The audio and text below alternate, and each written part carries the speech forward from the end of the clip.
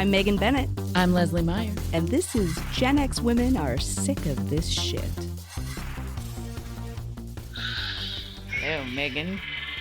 Hello, Leslie. I'm here.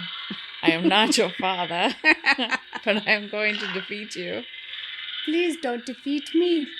I will defeat you. I will use the Force. Ready? Yep. That's my force. That's my force space. Your Force space.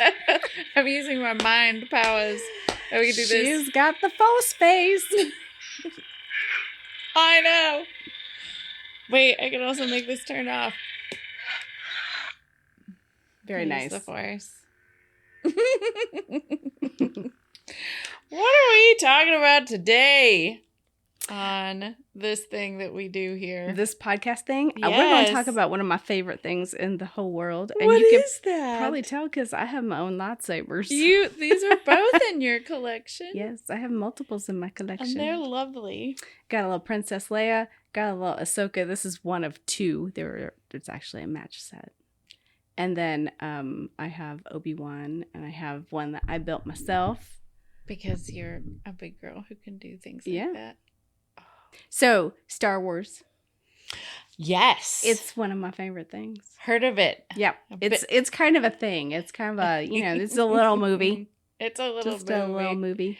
Just came out when we were kids, which was 1977. 1977. So I would have been 6 years old. Okay. Kind of like at the height of, all things magical. Okay. When you're 6 years old. Yeah. I remember being gobsmacked kind of immediately by it. And I don't remember much from my childhood, but damn, Star Wars was a big thing. Yes. Wildly important. Mm-hmm. I was probably 5, I think, when it came out. Okay.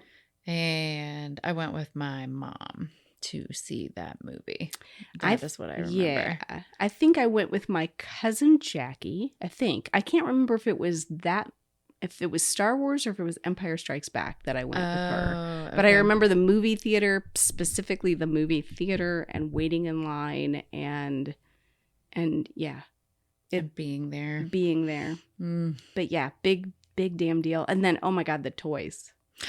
So many amazing toys. So many good toys. And I don't know if you remember when we were kids and Star Wars, they had no idea what they did. No. Right? Not at all. They had no idea Nobody the cultural phenomenon this was going to be. And they were behind in manufacturing the toys. So for a while you would go to the store and you would get an empty box and they would be like, "We'll send it to you later."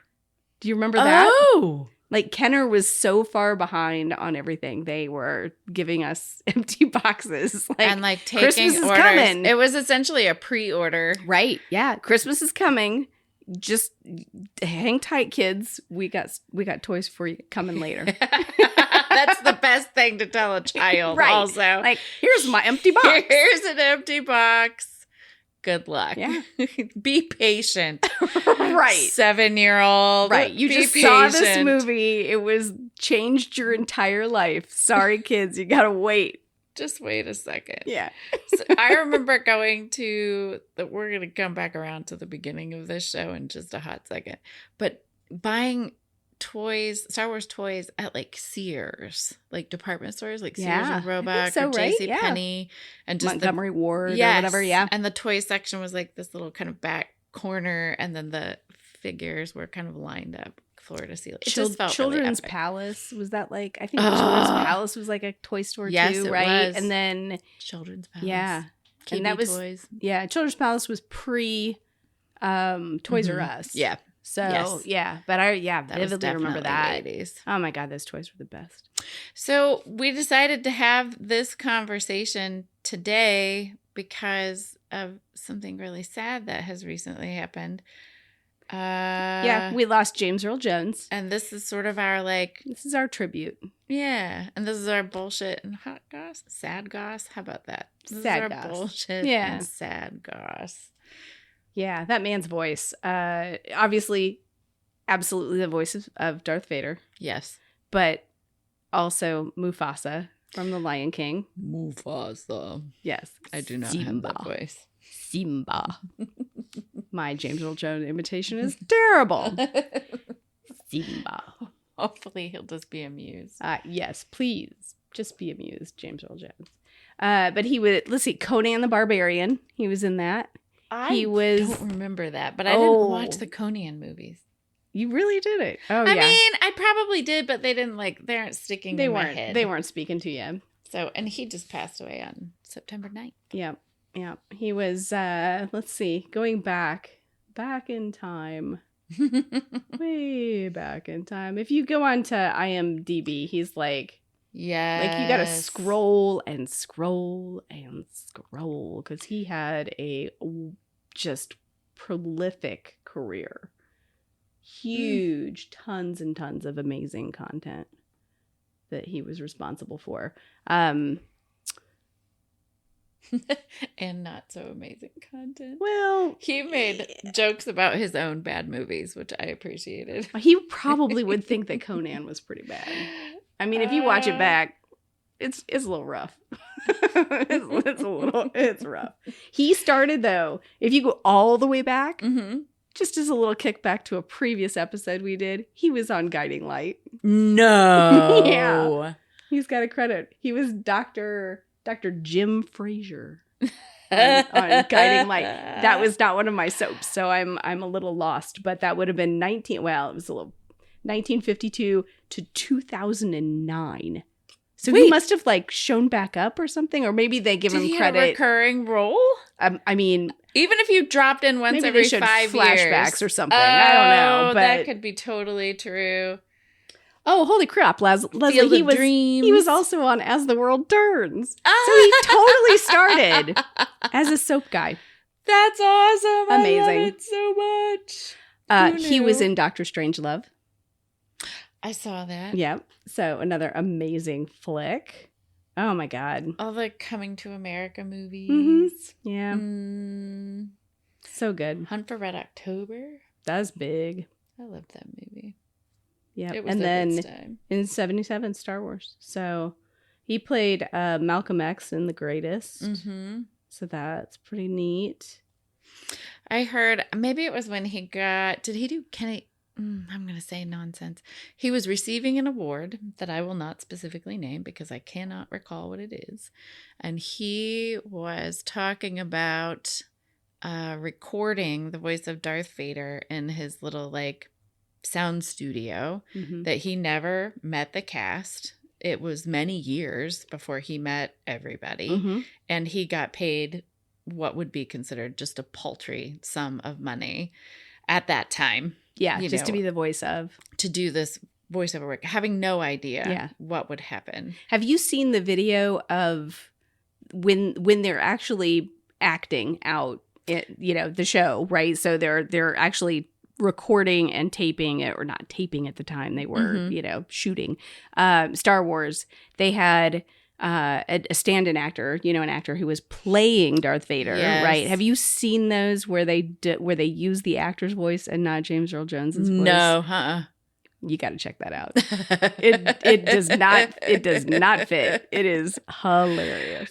Oh, so good. But when we saw that he had died, we thought we need to talk about Star Wars. Yeah, for sure.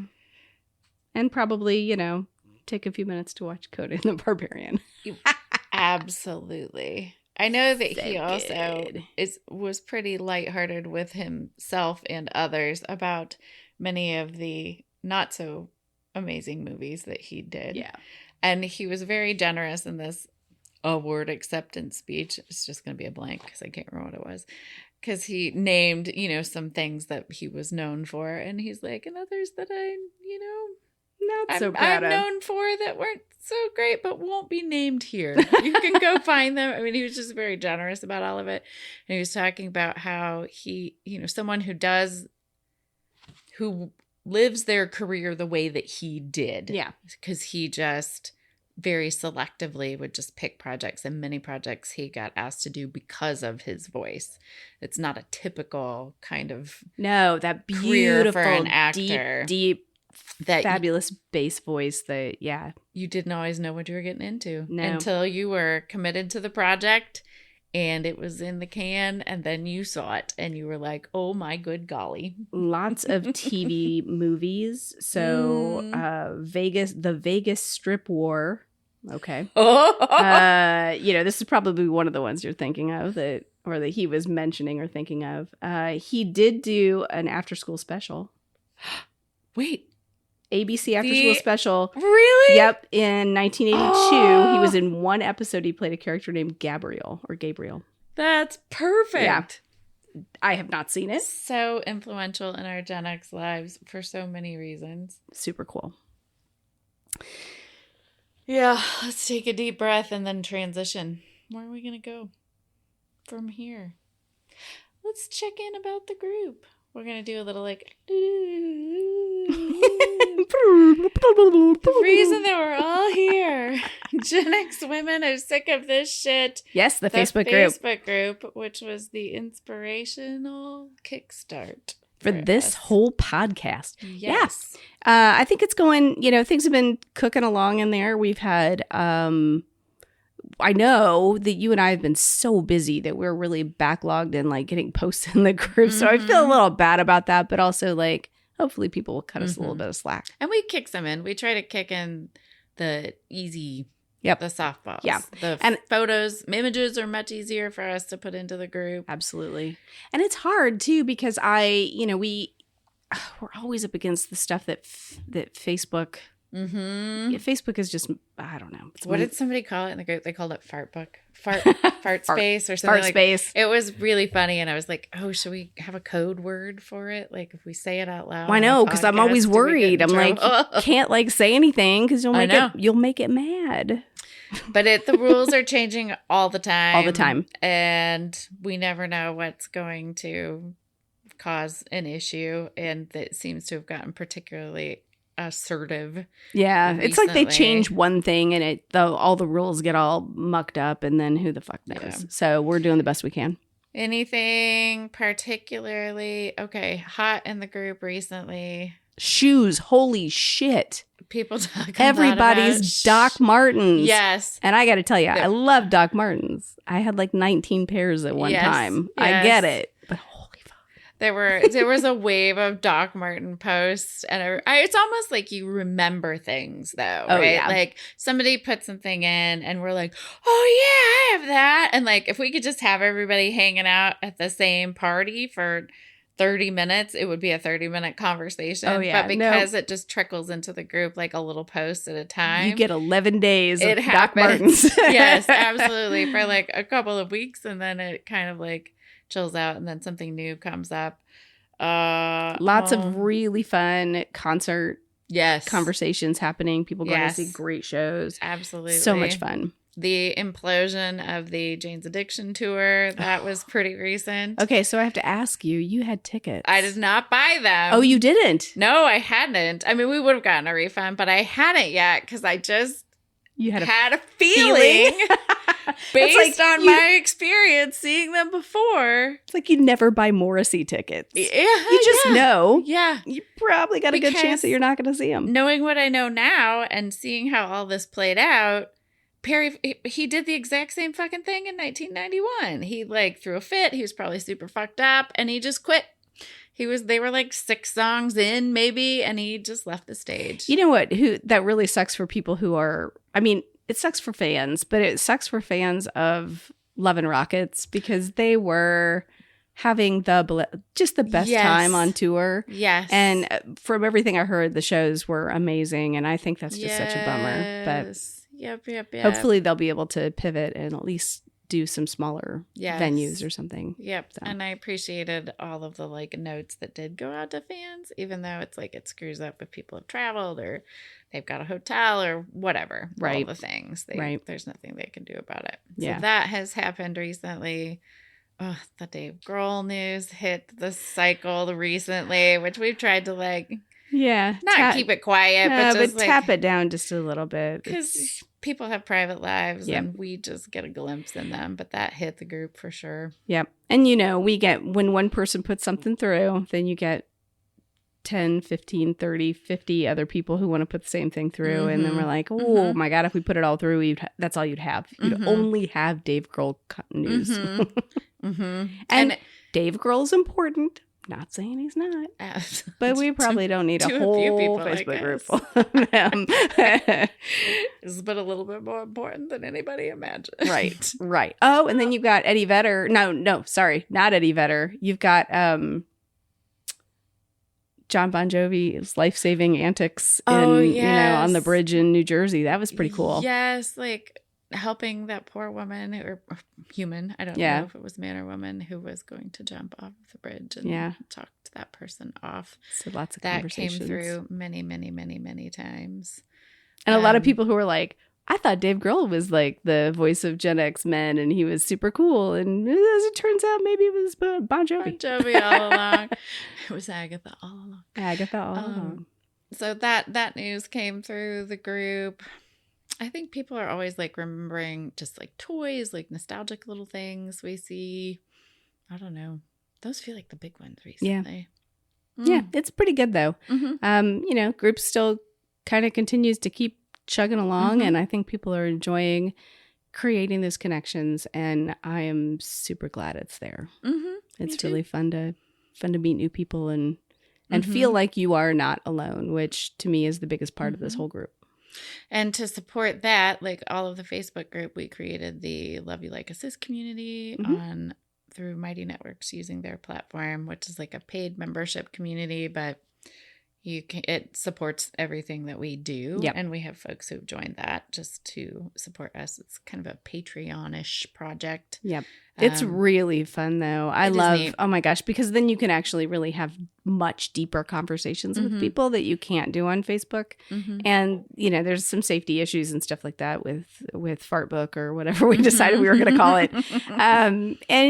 So if we can do something in a more private space, awesome. I love that. And we're doing cool things like text meetups. And stuff like that, which are really fun. Book clubs. End of the day. Meetups. Yep. Super fun. So however this all shakes out, we've got a lot of stuff happening. Yep. We're going to continue we had a really good event with about planning for retirement recently too. So we try to bring in experts as much as we can. And we mentioned those in the Facebook group that, hey, if you want to learn about some shit, so as Gen X women want to learn about shit, we've got a whole series that we're trying to build of different pieces of content and conversations that we're having around caring for our aging parents, finance. We're going to try to do some beauty stuff, which will be fun. Like, let's just once and for all learn how to put on eyeliner because I'm 53 years old. I cannot do it. I look like I don't even know. Just product recommendations. Yeah, stuff like that. Like basic stuff. People are always asking. And so if we, have somebody come in and be like, yeah, if you need a good eye cream, this is the stuff you should look for. And don't waste your money on this stuff. All the $47 billion. We are a big industry. Menopausal women. Gen X women are this massive marketing block. So when you get told that your age bracket, your little 10-year age bracket is no longer relevant, fuck that. Don't believe them because we are being marketed to with like tons of scare tactics. I mean, and a lot of cloudy pseudoscience because women's health does not get the research that it deserves. That is changing. And back to the group, that's one of the biggest things we talk about, right? Yes. It's menopause. And one of the things that we get dinged for often is like bad recommendations, medications, supplements, all of these things. That can get us into some trouble with Zook. So we gotta be careful. Try not to let that stuff in. Anywho, let's get back to the fun stuff. We could talk about this for days, but let's not. Let's talk about. So I'm looking at your screensaver. We were in Disney. Yeah, Disney World and playing in the Star Wars areas of Disney. Oh my God, it's so much fun. So it's like immersive. It's like my little childhood fantasies come true. I just could spend all my days just in that area. Ugh. And it's smaller than it was supposed to be. That makes me kind of grumpy at Disney because I think it was supposed to be a much bigger project. Oh, really? And they cheapskated it a little bit, which, I don't know, makes me grumpy. But do we have room for expansion? Yeah, bring it. There's tons, sure. A long time ago. In a galaxy. Far, far away. Dun, dun, dun, dun, dun. Bum, ba, ba, ba, So we bum. started talking about our earliest memory of Star Wars. Do you have early experiences related to the franchise that you remember? So, you see the movies, and there were, of course, the Christmas specials, the Ewok Christmas specials and stuff like that. Hilarious. But I remember my sister and I, my sister's like 6 years younger than me. Okay. We had so many Star Wars toys, tons of them. And I remember the smell of like Obi-Wan Kenobi's plastic little coat that he had. Do you remember those? I do remember little the plastic coat, yeah. And then the lightsaber that would come out of his forearm. Yeah. Pretty funny. That inevitably Not all of them got had chewed that. on Mhm. because that's what happens when you're like, I've got to move this character over here. I only have 2 hands. I guess I'll chew on this lightsaber And that's hanging move him with- across this. Yeah, I don't know. But, oh my God. I never had the Millennium Falcon. Always wanted it. Never got that, which My is brother had that. sad. Yeah. Yeah. So Did you get to cool. play with it? Mm-hmm. A little bit. I was older. He had a lot of that, the flying toys. I had a lot of that. I had the tall Princess Leia. Oh, cool. Doll, Like which the was Barbie very size or cool. bigger? Bigger than Barbie. I don't remember. Yeah. It was not the giant one. She's probably Okay. like 9 inch. It was like probably Okay. Barbie size. Okay. It seems like she was a little bit taller. I remember having that. Yep. I don't have it anymore. There were though. so many good toys. Mhm. And then I married a Star Wars fanatic. And so we have actually a 3rd bedroom that has been dedicated to Star Wars stuff. My God, we have got like so many figures. It's insane. Why do you think, as 70s babies, Mhm.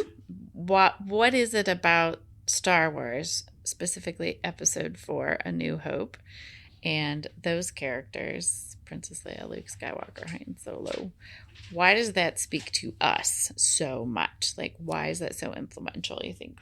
I think just culturally there was nothing else like it that had ever happened. Because we had things like, and I don't think, we had Battlestar Galactica, Mm-hmm. which was great. No shame, no, I won't say anything negative about that.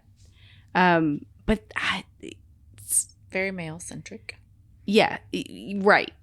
And Star Wars, you had Carrie Fisher right at the jump. And that was something that, at least as a little girl, you could look to her and be like, holy crap, that's a princess. Yes. That's kind of a big damn deal. of the universe. Right. Right. Like, in she's- outer space. Yeah. Not a And she standard was Disney strong. princess. Yes. She was never like the oh, be still my heart kind of, princess. Even though she does get rescued, she does get rescued, but she also took over her own rescue. yeah, she's like, get in the fucking trash. Get it together. Get it together, boys. We're fine. Let's go. Aren't you a little bit short for a stormtrooper? It's kind of very Gen X. Super snarky. So you're late, first of all. You should have been here sooner. And don't you have a plan? You're doing this all wrong. Let me take care of this. Right. I gotcha. Yeah. Manage it. We're going to get you out. So I think at least as a young girl, seeing her and looking up to her. Mm-hmm. And then there's the whole Harrison Ford, I swear to God, made me a woman.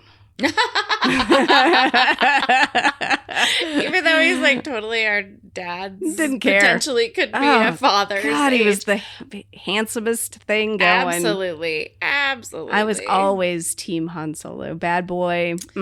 That was your jam. Yep. So- Were you team Han Solo or team I Luke came Skywalker? to Han Solo later in life. So I shared this story with you. I was fully just so in love with Luke Skywalker. Fully just He was your totally. guy. To the point, it was a little extreme. So you and I'm 3 years younger than you. Okay.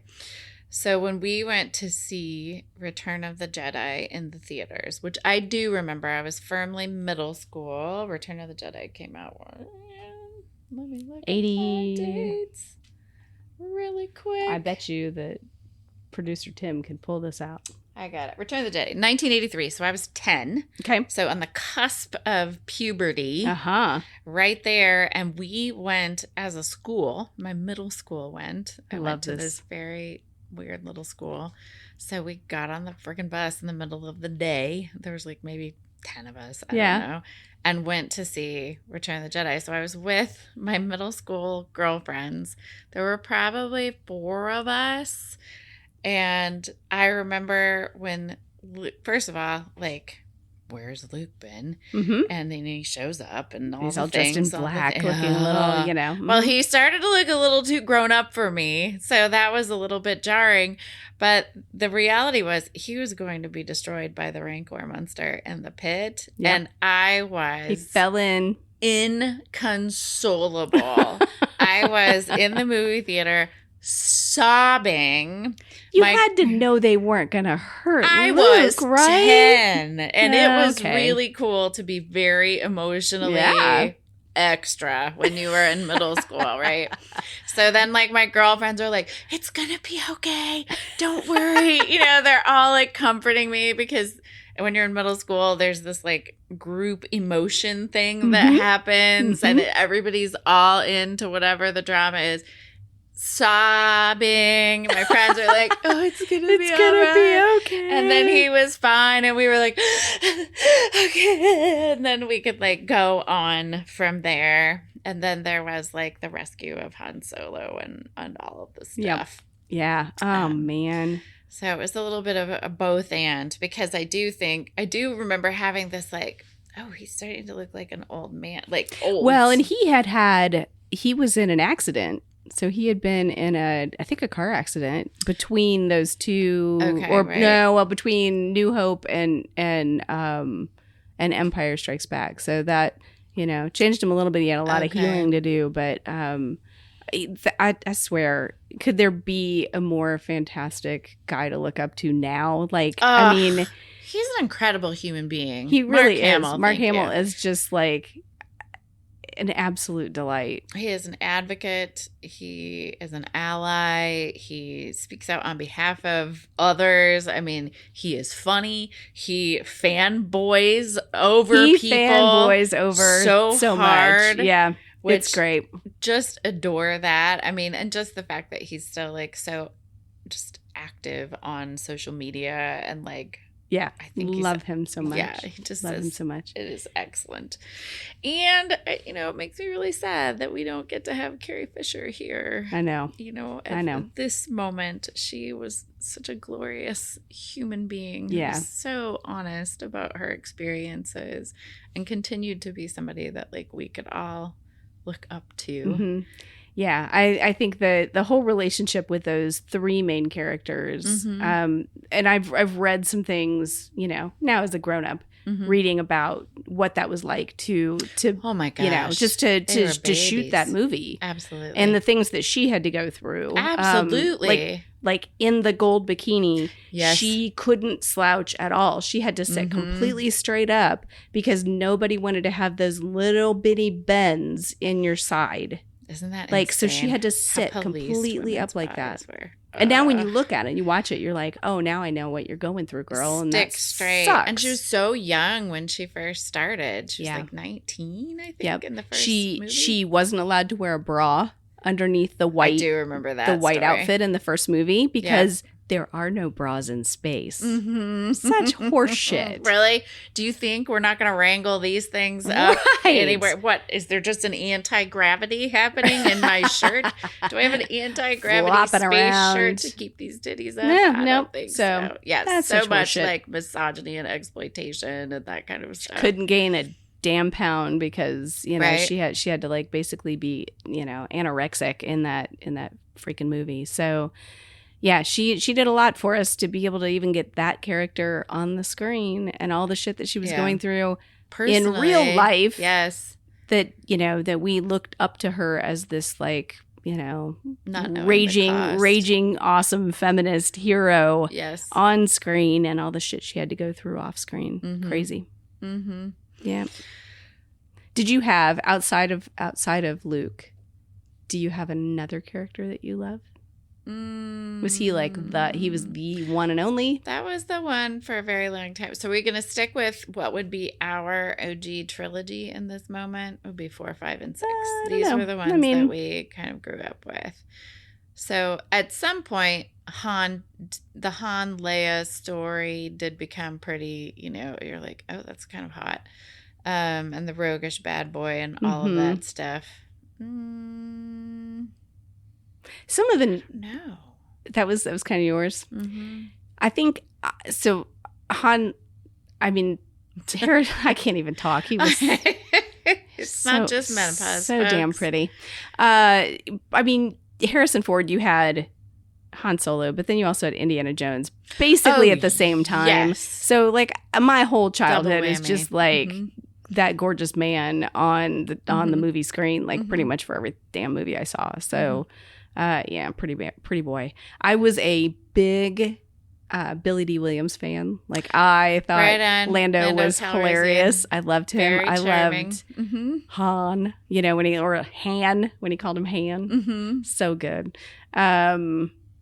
I was not a droid girl. Like I thought R2D2 was cool, but C3PO makes still like that. I hate that character. I don't know. I don't know, funny. Man. It just drives me nuts. It's the one. No, I love Star Wars, but man, just a good shove into the Sarlacc pit. With that one. C3PO. I do remember, particularly with the original. Oh, here, we'll go in the Wayback Machine and talk about this weird stuff.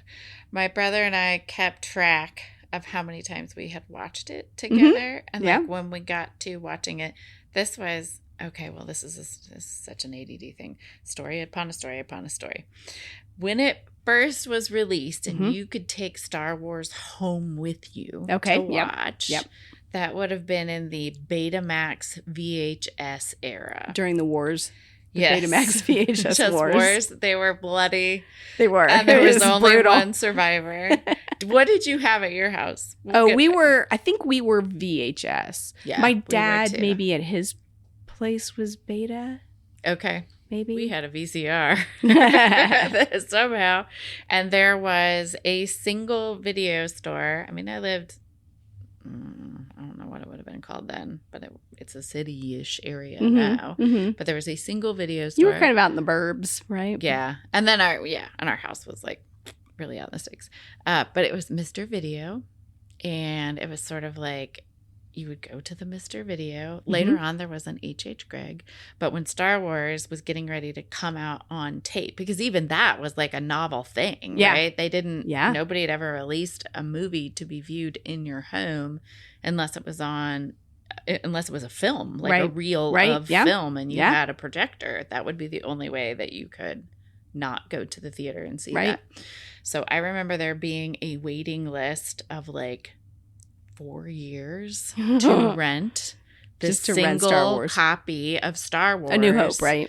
Yes, A New Hope that they were going to get. And it was like everybody, and you would literally go into the store, you had a little laminated card, and you would write your name on a paper waiting list, and you had tapes for 3 days. And so you had to bring it back. Wow. 4 years. Yes. That was the waiting list to get it. But because we went all the time, because my mom was like this technophile, she loved all new technology. And she like got in really good with the video store guy. Like she was, so we got a little bit sooner than other people. You got bumped up to the top of the list. Bumped. But it was a big freaking deal to like bring that movie home and get to watch it. Yeah. And then eventually, that bottleneck like slowed down. Like they went from having one copy at the video store to like 2 or 3. Yeah. And then we always like, it's funny because we talk about, like kids these days have it so easy, but like for real, that is a legitimate thing here. Like we really did have to wait forever to be able to see movies that we wanted to see. And yeah, movie houses or like, you know, VHS shops, like the movie stores, the Blockbusters of the world. I mean, that like to be able to like just log on to Netflix now and just watch, or Disney Plus, right? And be able to watch all of these. Everything on over demand and over and over and over again. Whenever. Yeah. Damn. Crazy. We do you remember when in the 90s when George Lucas remastered kind of all of the original 3 movies, and he added like some characters, and he added like the whole bar scene, like the on Tatooine, like they walk in and like there's new characters and stuff in there. They enhanced those spaces. Yeah. And then like Jabba's palace, the guys that were singing in Jabba's palace were all different. Yes. It made me crazy. It was just such a aesthetically such a big. Yeah. It was so it was a huge difference. Obvious. And it's really hard to see the originals. Like it's hard to find the original Star Wars trilogy the way that it originally came out. I think I've got like a bootleg copy somewhere of the 3. That, I did not know that. Yeah. But if they play them on TV, you're getting those newer versions, like the 90s versions. It's kind of a bummer. We did get, what you're saying makes me remember, and there are 2 things in my brain at one time. Star Wars is so influential. Okay, of course, my kids have their Star Wars kids, and now Star Wars adults. There is a, what would you call him? There's a guy who shows movies here locally who had copies of the original 3 films on film, and they were shown at, what was that? Oh, yep. And we could go and watch them all, and just having that experience. No. No? Talk about somebody else. Mm-hmm. Oh, no. Okay. Him? Don't know. He's a great dude. Okay. And he did showings at the IMA, and I got to take my son to watch that, you know, so they were awesome. seeing them. Like, I think The Empire Strikes Back was a little bit, the film quality, it had slowly started to degrade because they recorded on different film for that particular movie. So that one had like a couple little tricky spots. But the fact that like you could do that and you're like, hey, I have the original film canisters. Amazing. People, will you come and buy tickets to see this experience so that you can sit and remember? I mean, it's just that influential. It's that important that people, everybody, I mean, it's the whole thing sold out, right? Because we could all go and. Do you, just out there in the world, have you met people who are like, I've never seen Star Wars? Oh, absolutely. My daughter's boyfriend has never seen Star Wars. I have a real, I don't even know how I feel about that. Because like, it's a whole like skip gen. So that means that there are people like our age or in their like late 40s. Well, I guess that's maybe that's the difference, it, right? Because they haven't introduced their kids to it. Yeah, and I think those are the folks that it blows my mind. Like, how have you not seen it? I get if you see it and you're like, meh, not my thing. I question your sanity a little bit, but I get it. But then to have never seen it, like not at all, like not even one time, not understand so many like cultural references, right? To not understand jokes. I mean, imagery that's everywhere around us all the time that would be totally lost on you. Fascinating. It happens. I know. It is the world is a big world with people who like their very independent things. But wow. Did you ever watch when you were a kid? I just looked this up because I wanted to make sure I remembered it correctly. The Star Wars parody film that came out. It was about Spaceballs? No. Hardware Wars. No. Did you ever watch this? No. I know something. I think you know something. I don't know. Hardware Wars. Okay, so I'm just going to read this from Okay. my computer. Hardware Wars is a 1978 American short science fiction parody film in the form of a teaser trailer for a fictitious science fiction film that parodies Star Wars. So the reason I remember this is the VHS tape was at Mr. Video. And so when the Star Wars was out, you could always get the parody. Oh my God. And I don't know, we rented it a number of times. So I just like looked because I was like, oh, I wonder how. Here, I'll show you. Look at this picture. There you go. Oh my God. Wait, that looks really familiar. So maybe I do. Okay, so there's clearly a Muppet involved. There's a puppet. I don't know that we would be allowed to call it a Muppet. Okay, so we don't think it's like a Jim Henson type thing. Okay. Wow. October 16th, 1978. Yes. A 13-minute long. So it was like immediately after the film came out. So I was around the same age. Somebody grabbed their little at-home camera. And they were like, put this shirt on. Yes. Look like a scruffy looking dude. And it's a 13-minute film. That's amazing. And it was released 18 months after Star Wars. It mainly consisted of inside jokes and visual puns that heavily depended on audience familiarity with the original. Oh, it's fantastic. The theme song is Richard Wagner's Ride of the Valkyries. So there are 2 robots, 4Q2, who looks like the Tin Man. 4Q2? And Artie Deco, a canister vacuum cleaner. And they're escaping the evil empire. After launching from the ship a cassette player in an escape pod, which is a cassette tape, they land on a desert planet, which is a watermelon. And they're found by young Fluke Starbucker. Fluke Starbucker. Did they get as close as they could without getting sued? They did.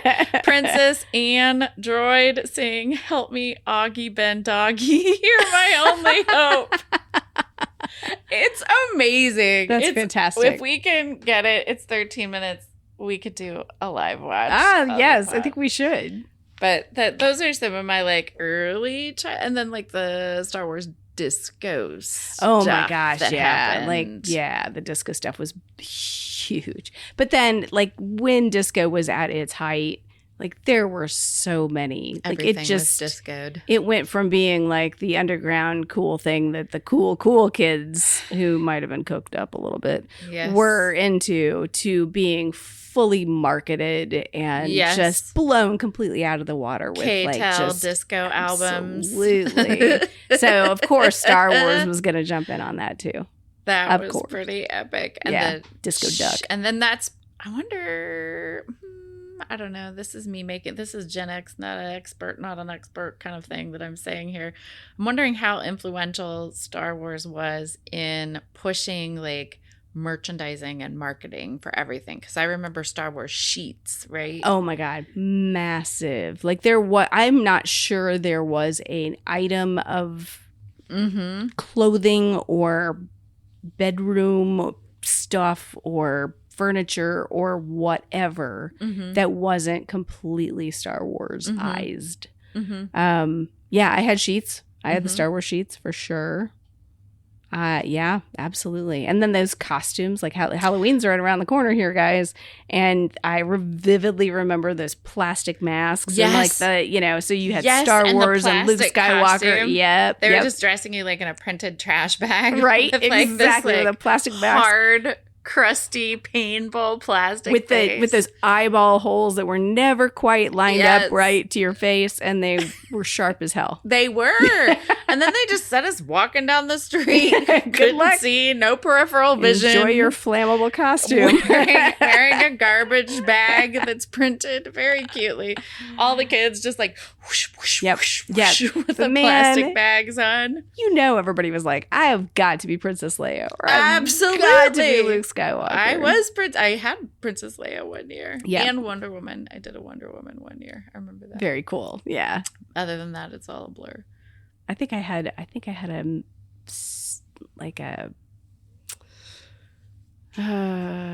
bionic woman. I think I had her one year as a costume. Anyway, not Star Wars. Awesome. How else do we feel about Star Wars? How far down the Star Wars road do we want to go? I mean, it's such a huge property, like truly with all of the Disney TV shows. You've got the Kenobi, you've got the Ahsoka, you've got, all of the shows. Have you kept up with everything? Yep. Okay. Yep. I am up to date. I watched The Acolyte. I very much enjoyed it. I'm very sad that there's not going to be a season 2. One thing we could talk about is the fucking fanboys that hate on everything and ruin things for everybody. So that's a bummer. Like the guys who were just like, if it didn't fit exactly with what they wanted, right, then they just like kind of shit all over it, all over social media. And the encyclopedia of Star Wars people who are like, on page 23, section Q. Well, actually, this that would kind of not bullshit. be. And I'm like, in this completely imaginary universe. Right. That was completely made up to begin with. There's now a rule that we have to follow. Right. I'm afraid not. No, they really pissed me off. So, yeah, I mean, we could go on and on and on and on and on about Star Wars because there's so much to talk about. What is the, if we're going to kind of stick with just this Gen X 70s, 80s, what would be kind of the next big movie franchise like this, whether it was like outer space or fantasy? That's a good question. Like after this trilogy or parallel, because the Indiana Jones trilogy happened at the same time. I remember also watching like Clash of the Titans quite a bit, like in the 70s. So that was one.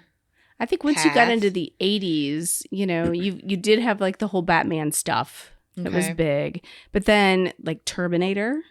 Oh, okay. It was kind of, massively huge.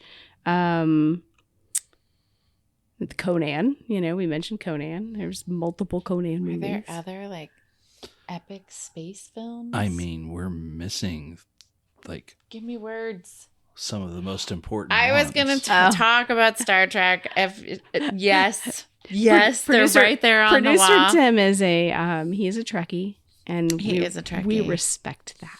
Respect the Trek. Thanks, guys. I did grow up watching Star Trek. We would always get same. home from school, and Star Trek was on. It was sort of like 3-2-1 Contact maybe would be finishing, which was, like kind of in the Sesame Street, Mr. Rogers Electric Company, and then 3-2-1 Contact, and the Bloodhound Gang.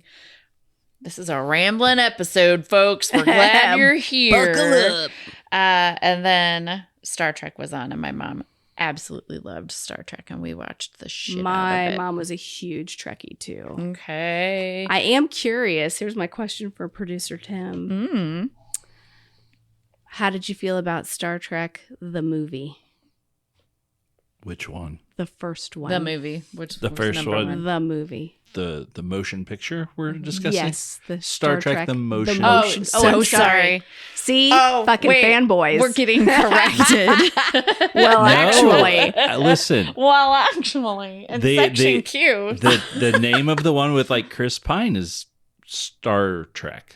Okay, that's fair. So I'm talking that's why I wanted to be sure what we were talking about. I'm talking about V'ger. Oh, God, yeah. Let's talk about V'ger.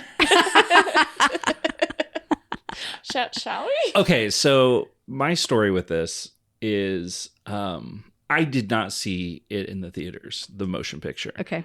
I was too young. You would have been asleep. But yeah, totally. However, I remember watching the original series on reruns, and my stepmom just offhandedly said, they made a movie out of this. And how an owl's head turns completely around independent of its body? Like, what? So we went to the video store, got our Betamax rental. Nice. And I watched it for the first time, and I was enthralled. Because, let's be clear. Episodes of Star Trek have a healthy amount of let's go stare at a wall for a while because that's where space is. Yeah. And so, and especially when I'm young and, not expecting flashy special effects. Sure. It's impressive. It is impressive. And the twist at the end, right? Right. Like it's it's a thing. Feature's a thing. So, but the reason that it got made is because of Star Wars. Yeah.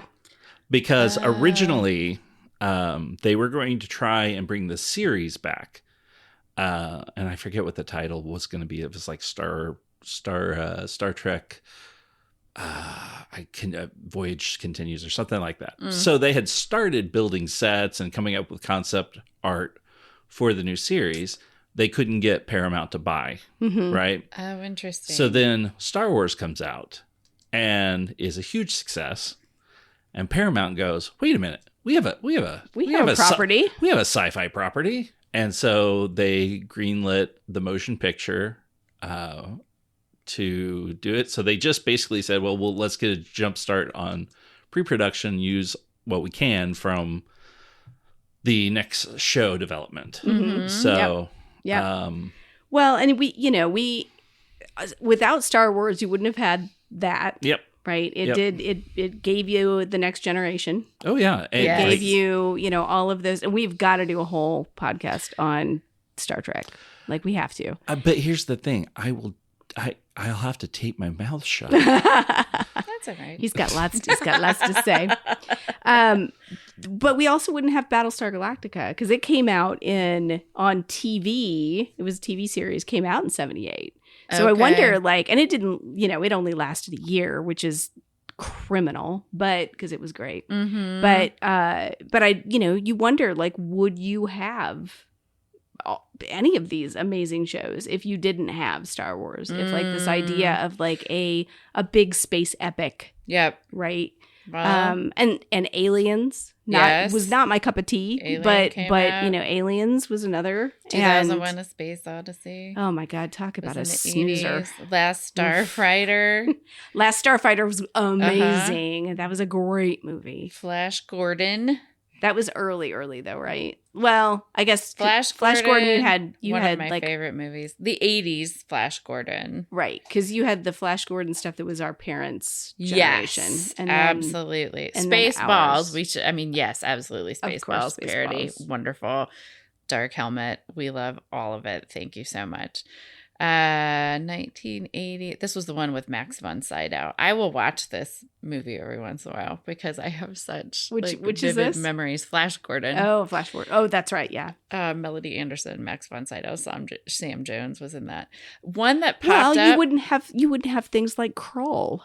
Yes. So right? Absolutely loved Crawl. Such a weird movie. Loved that.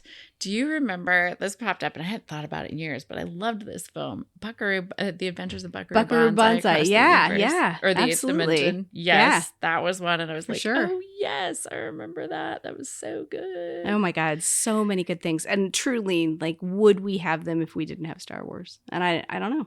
I don't know either. The world may never know. I'm just looking at this random list. There was also the parallel line of sort of fantasy films, and in my brain, Crawl is that Crawl's for in sure. there. Yeah. Clash of the Titans is in there, and I remember Excalibur, even though it was based on And that was I want to say Excalibur was early. That was Excalibur 70. Was I think that's also 80s. Was that 80s? Yes. Excalibur was 1981. Okay, so it was early, but not as early as I thought. So we're talking about what Star Wars broke down the door for, right? Mm-hmm. So let's say there was no Star Wars. Say it didn't happen. What would we do? This is me, I'm being very sad. What about Dune? Would Dune have ever been made? No. As a movie? No. Oh. No. But I don't think so. Well, I don't know. David Lynch. Right. And it's based on a book, right? And it has been series. It has been hotly debated that Lucas borrowed possibly some themes and locations and maybe plot points from Dune. Oh, come on now. Tatooine was 100% original. Oh, yes. Yes. Well, if we're going to go high level, I'm just saying. like the story arc, any story arc of a young person wandering through the world, not knowing their powers. What's that hero's journey? It's the Joseph Campbell yes, of, it's the hero's journey. Wandering through a desert world, not knowing I mean, you could be wandering through hell. Does Luke Skywalker have blue eyes? He actually does. See, there you go. Yeah, we'll have to get into our a discussion too at some point about Dune the original versus Dune the redo, because we can talk for a long time about those things. I love it so much. We need to. We should. It's a whole nother episode. There folks. are some great folks that are doing lots of different 80s movies, podcasts, YouTube stuff, or whatever. But there are some Gen X women that are pretty cool doing work out there too. Maybe we should. So good. See if we could have a group convo sometime.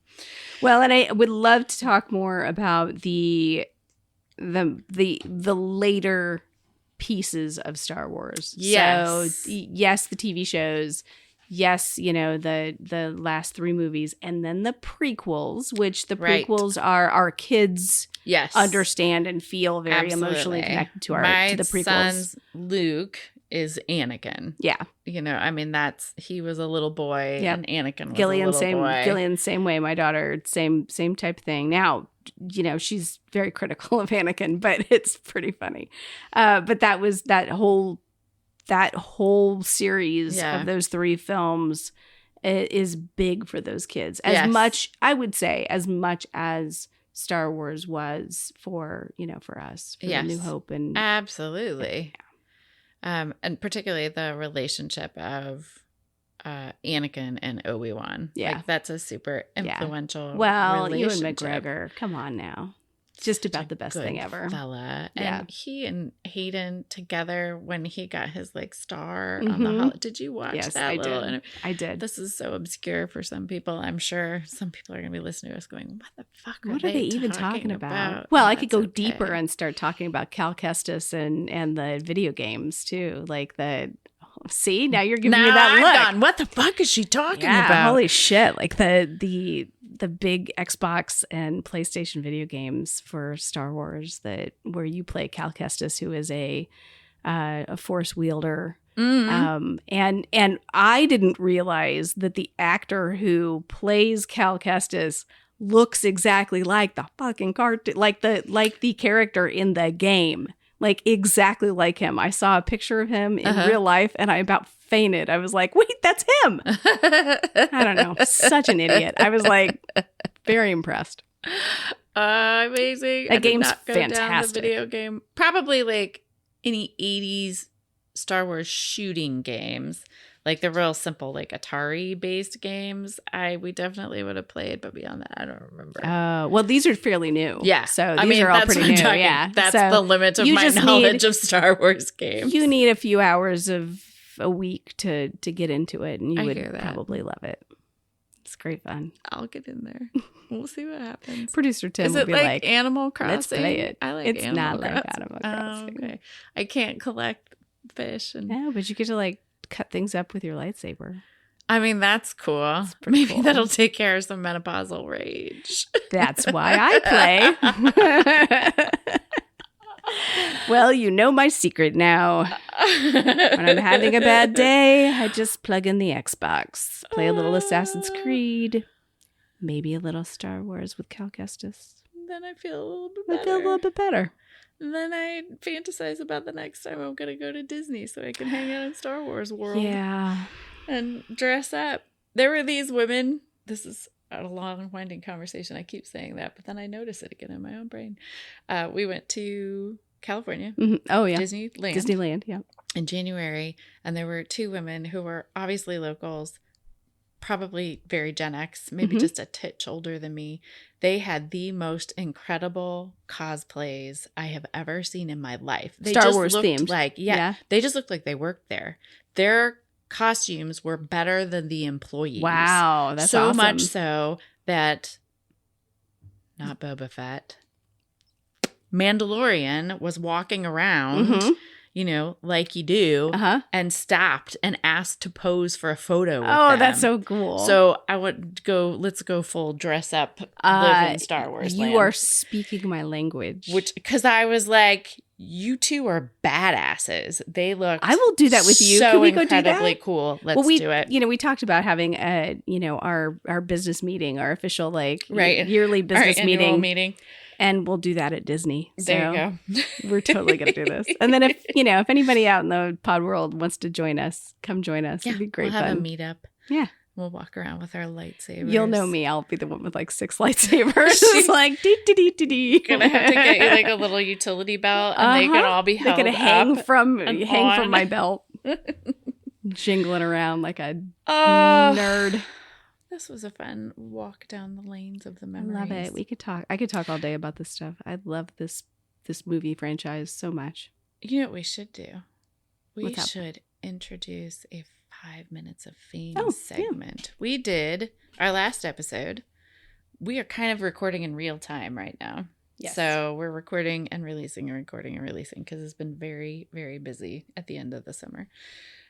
So we released our last episode was all 5 minutes of fame. Oh my God, I love that episode. If you've not listened to it, it is so much fun. And the 5 minutes of fame, if you're not familiar with them, these are our fun little stories that people from the group or pod listeners, if you're out there in the world, if you've got a story of something that you did in your childhood or a famous person that you met or something cool that happened, a run-in of some sort, we want to hear about them. They are so fun. So this previous episode, was an entire episode and over an hour of the fun stories, multiple Duran stories. Yes. Random Tori moments. Amos, people that you've met here and there or you waited on or you oh my God, so fun. Stood next to in an elevator and you were like, oh my gosh, that's James Earl Jones. Who knows? That'd be cool. Yeah. So I just had a total brain fart. There we go. What's happening next? All right, so we have a 5 minute of fame for today. This comes from Kathleen, and Kathleen wrote this in on our website, which is genxwomenpod.com. And she says, it was fall of 1984, and I was a freshman at Brown University, which had recently been dubbed a, quote, hot college. USA Today sent a reporter out to the campus and happened to come into the campus and computer store where she was working, and he wanted a photo of a student in their dorm who had a computer. And well, I fit the bill. So she, with her original Macintosh computer and her Pat Benatar haircut, ended up on the cover of USA Today. Queen! Isn't that awesome? That's amazing. Yeah, love it. You love it. So thank you, Kathleen. That is exactly what we're talking about. We talk about 5 minutes of fame, man. I think I too had the original Macintosh computer. Came in a big bag. It was like big square, rectangular kind of cube like thing in a bag. That is wild. Had a screen about, itty bitty screen and big box. Sure. Yeah. It was great. My first computer was like a Texas Instruments computer. Nice. But we got it because Texas Instruments had to file for bankruptcy. Do you remember when this went down? It's on sale, everybody. So again, my mom, being the techie that she was so into all the emerging technology, we drove our asses to Children's Palace. Nice. And stood in line to get a $50 Texas Instruments computer. Damn, what a bargain. Which in 80s money, I don't know what that was. A couple $100, right? It was expensive. Yeah. And I learned to make rocket ships on the screen. Like the screen would be green. And you would have to like type in this code and it would record to a cassette tape. Nice. And then you could play back your code and it would do your like screen animation in like ones and zeros. Nice. This is what I remember. I love that it went back to a cassette tape. It did. Like freaking Teddy Ruxpin. Like recorded your whatever. That's how we did computer programming on the TI. That's awesome. I think our Mac was used mostly for solitaire. I'm pretty sure. Pixelated solitaire. A giant, very heavy solitaire machine. but we had one. We had one. Yeah, it was cool. I wish I had it now because I feel like it'd probably be worth a few bucks. I know, right? You could go in a little tech museum with all of our Star Wars toys. Yes, that got sold at garage sales around the world. I will. If I remember, if you remind me, I will take some photos of all of our Star Wars merch in that closet and share it with everybody. But it's kind of embarrassing. I think that this is what happens when you grow up and you're like, I am going to enjoy my childhood now. Thank you very much. Get to have it. I think we should say goodbye the way we came in. I think we should. May the force be with you, May the force be with you. And also with you. Wait, say that. Whoosh. GenX. You have been listening to Gen X Women Are Sick of This Shit. Hey, Megan. Hey, Leslie. What do people do if they want to find us? Well, we have a website that people can find us on, and that is genxwomenpod.com. We also have a Facebook page. We have an Instagram account as well. Mm-hmm. We have a YouTube account where we put YouTube shorts and other little tidbits up there. We have a TikTok account. I don't talk the tick or tick the talk. You don't tick the talk? I do not. I barely talk the tick, but I did put a TikTok up. We're explaining the internet to people again. That's okay, though. It's great. We need to know how the internet works. Can people buy merch? They absolutely can. We have a merch store on the website itself, and we also have an Etsy store, too. So they're just pretty easy to find. It's just Gen X Women on Etsy. And if you are listening to this podcast, presumably you found it somewhere. And while you're there, give us a review. Yeah. Let us know what you think. Throw some stars at us. That'd be great. We'll take 1, 2, 3, 4, or 5. Ooh, 5. Maybe 10. And also make sure that you are hitting subscribe so that you're notified whenever a new episode drops. Most important. We also have a 5 minutes of fame that I think we should tell people about, too. Hell yes. We want to know your stories, your 5 minutes of fame stories. You can send those stories in on the website, or you can call 1-888-GenX-POD and leave your story for us, and we will play it live in our next episode. Or 2 or 3. We'll listen to it on a little red phone just like Batman. That'd be cool. Let's get a bat phone. A bat phone. I think that's it. I think you're right.